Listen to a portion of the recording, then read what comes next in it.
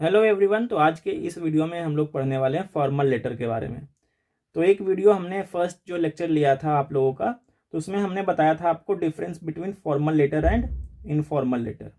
Difference between किसके किसके बीच में थोड़ा सा बताया था ब्रीफली, फॉर्मल और इनफॉर्मल में क्या डिफरेंस होता है। फॉर्मल और इनफॉर्मल लेटर्स दो प्रकार के होते हैं। अब फॉर्मल में भी बहुत प्रकार के होते हैं जिसको हम आज से स्टार्ट करेंगे पढ़ना एक एक एग्जाम्पल के साथ। तो फॉर्मल लेटर पहले समझा देता हूं कि कितने प्रकार के होते हैं। फॉर्मल लेटर में भी बहुत टाइप्स ऑफ फॉर्मल लेटर होते हैं। तो फर्स्ट हमारा होता है बिजनेस लेटर। कौन सा होता है? Business letter. बिजनेस लेटर, ठीक। फिर होता है आपका एप्लीकेशन लेटर। एप्लीकेशन लेटर, ठीक। थर्ड हमारा होता है लेटर टू। ये टाइप्स ऑफ क्वेश्चंस पूछे जाते हैं इसके बेसिस पे। Letter to editors of newspaper. Letter to newspaper editor, ठीक है, न्यूज़पेपर। फोर्थ होता है ऑफिशियल लेटर। Official letter. तो ये जो चार प्रकार के आपको यहाँ पे लेटर देख रहे हैं, इसी से सवाल पूछा जाता है आपके एग्जामिनेशन में जनरली, ठीक है। जनरली ये वाला और ये वाला बहुत इंपॉर्टेंट हो जाता है क्योंकि बार बार पूछ ही लेते हैं ऐसे एग्जामिनेशन में। तो चलिए आज स्टार्ट करते हैं आज का लेक्चर हम लोग। हाँ, एक और चीज़ कि ये सारे जो वीडियोस हैं लेक्चर ऐसे वाले, ये अपलोड कर दिए गए ऐप के ऊपर भी और यूट्यूब पे भी। तो ये 3 क्लास यूट्यूब पे फ्री है। आप देख रहे हो, जैसे topic 1 one nation one election के ऊपर हमने किया, role of judiciary in democracy किया, and role of technology in transforming India हमने किया है। और जो बच्चे हमारे साथ इनरोल होकर पढ़ना चाहते हैं, जिसमें हम कवर करेंगे essay writing, precis writing, letter, English grammar, तो वो हमारी ऑनलाइन क्लासेस ज्वाइन कर सकते हैं निवेश कश्यप ट्यूटोरियल्स के ऊपर।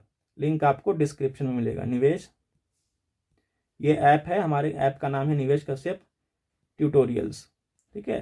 प्ले स्टोर से आप जाके डाउनलोड कर सकते हो। चलिए आज का टॉपिक स्टार्ट करते हैं। तो सबसे पहले देखते हैं कि पार्ट्स ऑफ फॉर्मल लेटर क्या क्या हैं, ठीक है। तो देखिए, ऑलवेज मैंने आपको प्रीवियस वीडियो में भी बताया था कि कुछ पार्ट्स होते हैं, आपको उसको ध्यान रखना है। फॉर्मेट जिसको बोलते हैं, फॉर्मेट बहुत आपका जो 50% नंबर है, ठीक है, वो फॉर्मेट का ही होता है। अगर आपका फॉर्मेट सही है तो आधा नंबर आपको वैसे ही मिल जाएगा। तो देखिए क्या कहता है, when writing a formal letter always be respectful. आपके लैंग्वेज से दिखना चाहिए कि आपका लैंग्वेज बहुत रिस्पेक्टफुल है, क्योंकि ये फॉर्मल लेटर है, किसी ऑफिशियल तरीके से लिखा जा रहा है। Conscious of your language no matter what the subject of the letter might be. To write a formal letter there are some important points to be remembered. कुछ पॉइंट्स जो आपको ध्यान रखना। फर्स्ट क्या है, always start with the sender's address. Sender's address मैंने आपको बताया था, सेंडर कौन है? जो लेटर को भेजता है, ठीक है। जैसे कि आप यहाँ पे क्या लिख रहा हूं मैं, यू, आप लेटर लिख रहे हो तो क्या हो गया, वो सेंडर है, मतलब लेटर भेजने वाला। This is followed by the date. मैंने आपको फॉर्मेट में पिछले वीडियोस में बताया था। उसके बाद क्या होता है, सेंडर्स एड्रेस के बाद डेट। डेट का फॉर्मेट आगे हम डिस्कस करेंगे एग्जाम्पल के साथ। थर्ड है रिसीवर्स एड्रेस। रिसीवर मतलब जो लेटर को रिसीव करेगा, ठीक है, जो लेटर को रिसीव करेगा उसको हम बोलते हैं रिसीवर। यानी जिसको आप लेटर लिख रहे हो, जैसे कंपनी को लिख रहे हो, किसी इंसान को लिख रहे हो, किसी अथॉरिटी को लिख रहे हो, तो उसको बोलते हैं, जो लेटर को रिसीव करेगा उसको हम बोलते हैं रिसीवर्स एड्रेस। उसके बाद आता है सब्जेक्ट ऑफ द लेटर, ठीक है, और it should be written in single line. ये हमने डिस्कस किया है, ठीक है। और सब्जेक्ट ऑफ द लेटर को क्या बोलते हैं? स्टेटमेंट ऑफ द पर्पस भी बोलते हैं हम इसको। क्या बोलते हैं? स्टेटमेंट ऑफ द पर्पस, ठीक है। मतलब लेटर का पर्पस क्या है, ऑब्जेक्टिव क्या है, उसको एक लाइन में आपको मेंशन करना है, ठीक है। उसके बाद आता है सैल्यूटेशन। सैल्यूटेशन मतलब कि सर जैसे लिखते हो ना, डियर सर, मैम, ये चीज, इसको हम बोलते हैं सैल्यूटेशन। या फिर रिस्पेक्टेड भी इस्तेमाल आप कर सकते हो। क्या कर सकते हो? रिस्पेक्टेड, ये भी हम इस्तेमाल करते हैं, डियर सर, डियर मैम या रिस्पेक्टेड। हाँ, अगर आपको जेंडर पता है कि सामने कौन है, फीमेल है या फीमेल है, तो उसके हिसाब से डियर सर लिखोगे। अदरवाइज आपको स्लैश दे करके दोनों लिखना है। एक और चीज़, कुछ लोग मैम को ऐसे लिख देते हैं, एम ए ऐसे कुछ लेंगे, कुछ ऐसे लिख देते हैं, तो ये गलत है। ये दोनों क्या है? गलत है। आपको कैसे लिखना है? एम ए ऐसे। So this is the correct format, ठीक। अब आते हैं हम बॉडी के ऊपर, body of the letter. Body of the letter should be written in 3 paragraphs. 3 paragraph में आप इसको जनरली हम लिखते हैं, आइडियल माना जाता है इस चीज को। तो first paragraph should be aimed at introducing your self, थोड़ा सा अपने बारे में बता दो अगर क्वेश्चन में लिखा हुआ है तो, ठीक है। अदरवाइज आई से हम स्टार्ट करते हैं। And stating the purpose of your letter, ठीक है, ये इंपॉर्टेंट है। फर्स्ट पैराग्राफ में क्या होता है, आप प्रॉब्लम को थोड़ा सा, पर्पस क्या है आपके प्रॉब्लम का, उसको हम डिस्कस करते हैं। स्टेटिंग द पर्पस, ऑब्जेक्टिव, पर्पस या फिर क्या होता है ऑब्जेक्टिव, हम इसको मेंशन करेंगे, ठीक है। Second paragraph should furnish all the information about the matter. Purpose लिख दिया, अब सारे मैटर्स को, ऑल द प्रॉब्लम्स, जो भी प्रॉब्लम्स हैं उसको आप डिस्कस करोगे, ठीक है, ये है, और उसको बताओगे कि क्या है।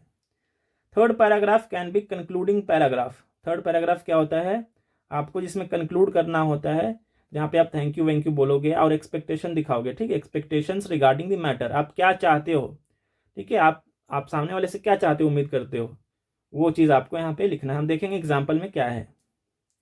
To close the letter you can use a complimentary closing like yours faithfully, yours sincerely. तो ये क्या है, क्लोजिंग स्टेटमेंट जब हम देते हैं थैंक यू के बाद, ठीक है, ये चीजें हैं। उसके बाद कहता है unlike in formal letter signature should include your name. यहाँ पे सिग्नेचर का मतलब क्या है, नाम है, आप साइन नहीं करोगे, ठीक है, कुछ लोग ऐसे साइन कर देते हैं अपना, नहीं, नाम लिखना, वो भी कैसे, ब्लॉक लेटर्स में, यानी कि कैपिटल लेटर्स में। कैसे, कैपिटल लेटर में,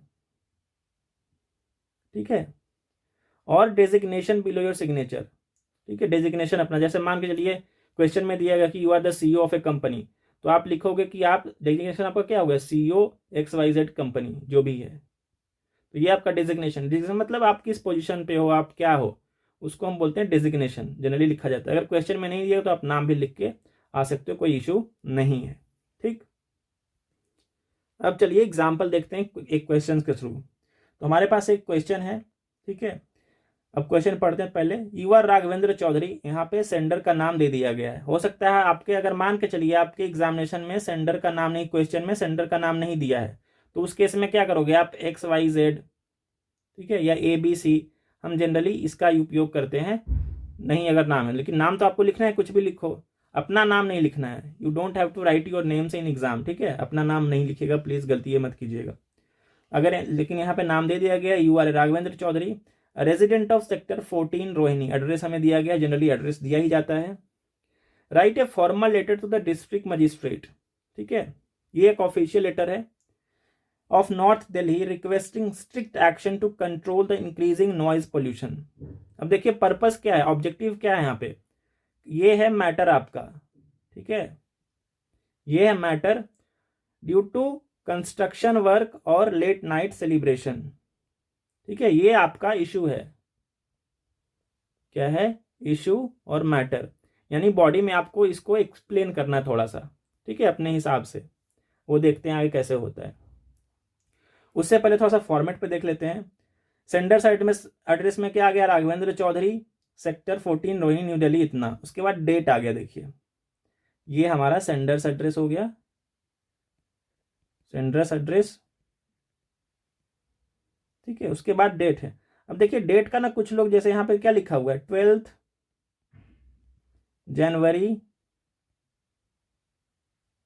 2025, ये लिखा गया।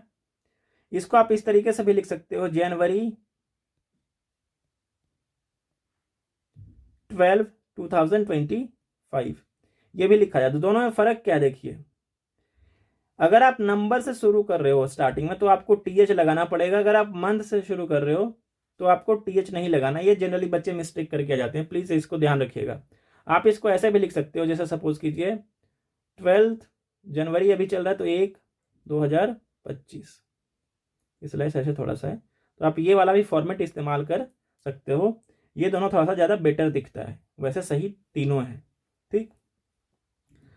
अब हम बात करते हैं, हमारा डेट हो गया। आपको देखिए लाइन छोड़ना है एक एक के बीच में, डेट देने के लिए फिर यहाँ पे लाइन, दोनों के बीच में गैप है तो लाइन छोड़ना है। फिर जैसे कुछ भी लिखते हो एक लाइन छोड़ दो।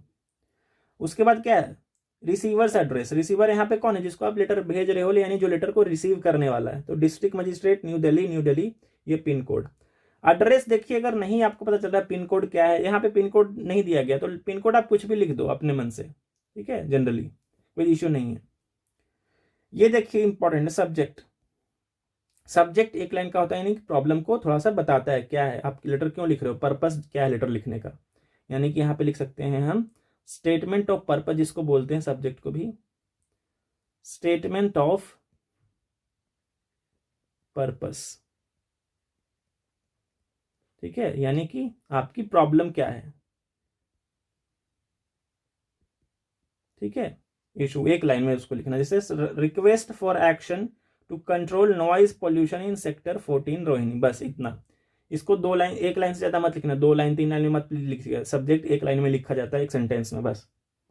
उसके बाद हमारा आ गया सैल्यूटेशन, डियर सर या मैडम, मैडम भी इस्तेमाल कर सकते हो और मैम भी इस्तेमाल कर सकते हो, दोनों चलता है। यहाँ पे आप मैम भी लिख सकते हो, ओके। अब देखिए थोड़ा सा अब लेटर स्टार्ट करने का तरीका देखिए।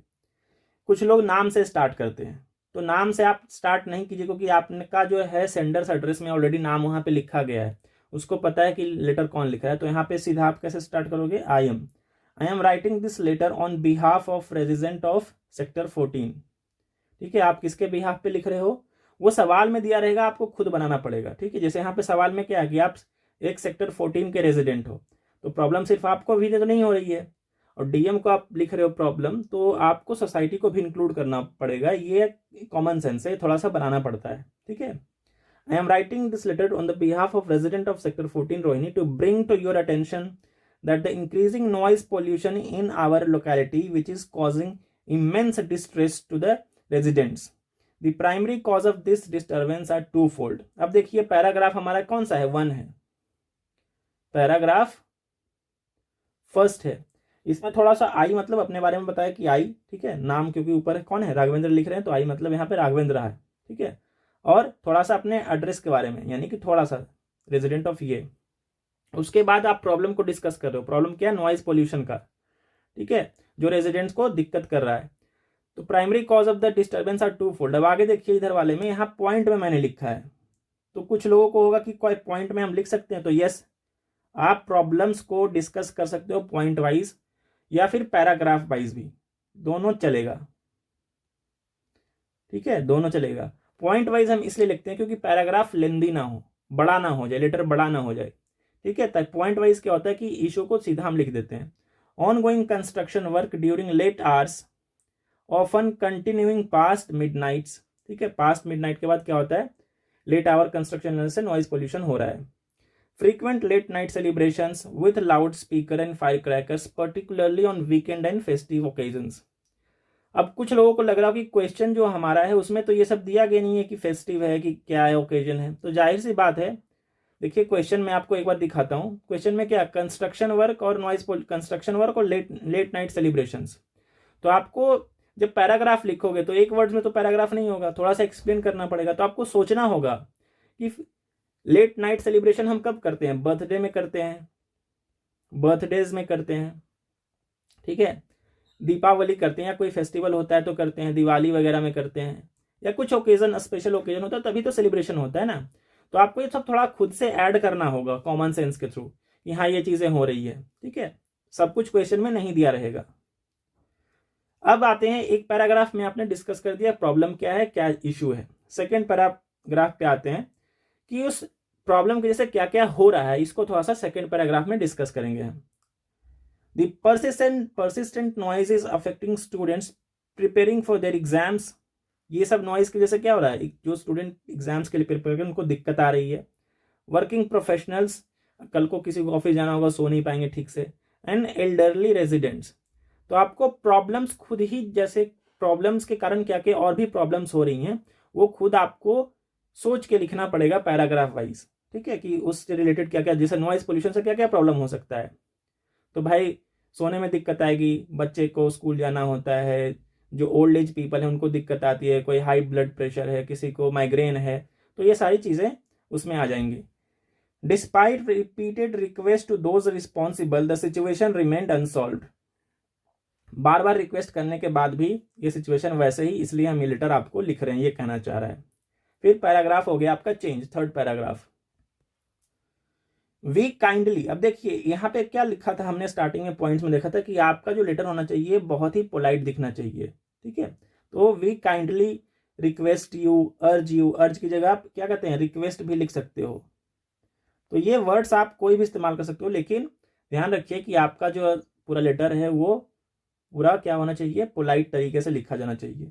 We kindly urge your office to enforce the relevant sections of the noise pollution regulation control rules. जैसे देखिए ये सब लिखने की भी जरूरत नहीं, आप इसको ऐसे भी लिख सकते हैं कि we kindly urge you your office to enforce the required remedies और the actions to be taken. इस तरीके से अगर आपको ये कानून वगैरह नहीं पता है उतना, तो आप इस तरीके से भी लिख सकते हो कि आप इसको हैंडल करने के लिए कोई प्रावधान निकालिए।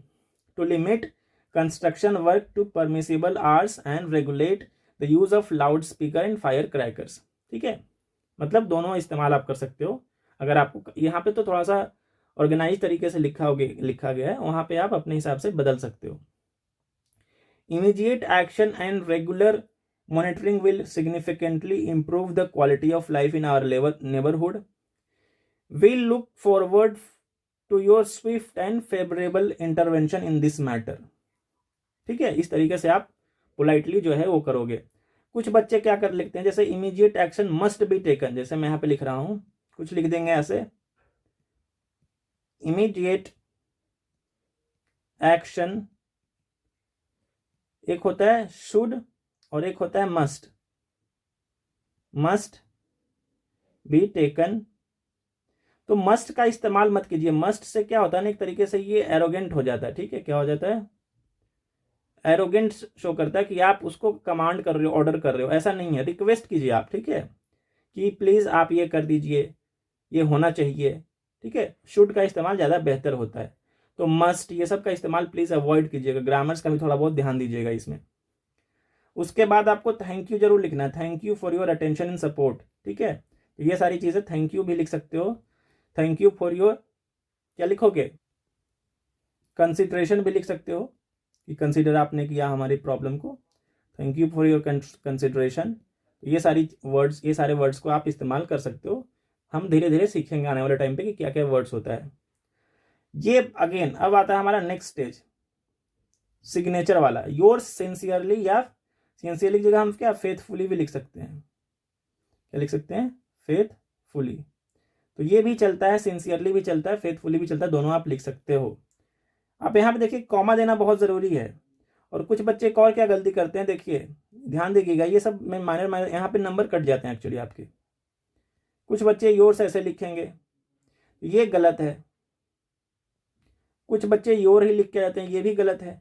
देखिए यहाँ पे क्या लिखा है, योर्स लिखा हुआ है, कोई भी स्ट्रॉफी का कॉमा वगैरह कुछ नहीं दिया गया। योर्स मतलब ये वाला योर्स होता है, देखिए, ठीक है, कोई कॉमा वॉमा नहीं, सिर्फ यस, ये वाला, ये सही है। और राघवेंद्र चौधरी। अब उसके बाद यहाँ पे डेजिग्नेशन, अगर क्वेश्चन में दिया गया आपका डेजिग्नेशन, तो आप डेजिग्नेशन भी लिखोगे। सपोज करो लिखा क्वेश्चन में कि you are the CEO of XYZ company, तो आप यहाँ पे लिखोगे नाम के नीचे CEO XYZ कंपनी, ठीक है, इस तरीके से। तो डेजिग्नेशन भी लिखा जाता है। अगर डेजिग्नेशन नहीं आपका दिया गया तो छोड़ भी सकते हैं, कोई इशू नहीं है, जबरदस्ती नहीं लिखना डेजिग्नेशन, ठीक है। तो ये हमारा क्या है, फॉर्मल लेटर लिखने का तरीका है। आपने देखा इसको कि हमने किस तरीके से, फॉर्मेट पे आपको बहुत ज़्यादा ध्यान देना है, कंटेंट थोड़ा बहुत इधर उधर चल जाएगा, फॉर्मेट गलत हुआ नंबर सीधा कटेगा, ठीक है। तो ये सारी बातें थी, जो बच्चे देख रहे हैं फ्री में देखना चाहते हैं यूट्यूब पे, ये सारे लेक्चर्स अवेलेबल होंगे लेटर्स के, सॉरी ये से वाले। बाकी जो बच्चे हमारे साथ इनरोल्ड हैं उनके लिए तो सिस्टमेटिक तरीके से हम पढ़ा ही रहे हैं। तो बाकी इस वीडियो में इतना ही। Thank you and have a nice day.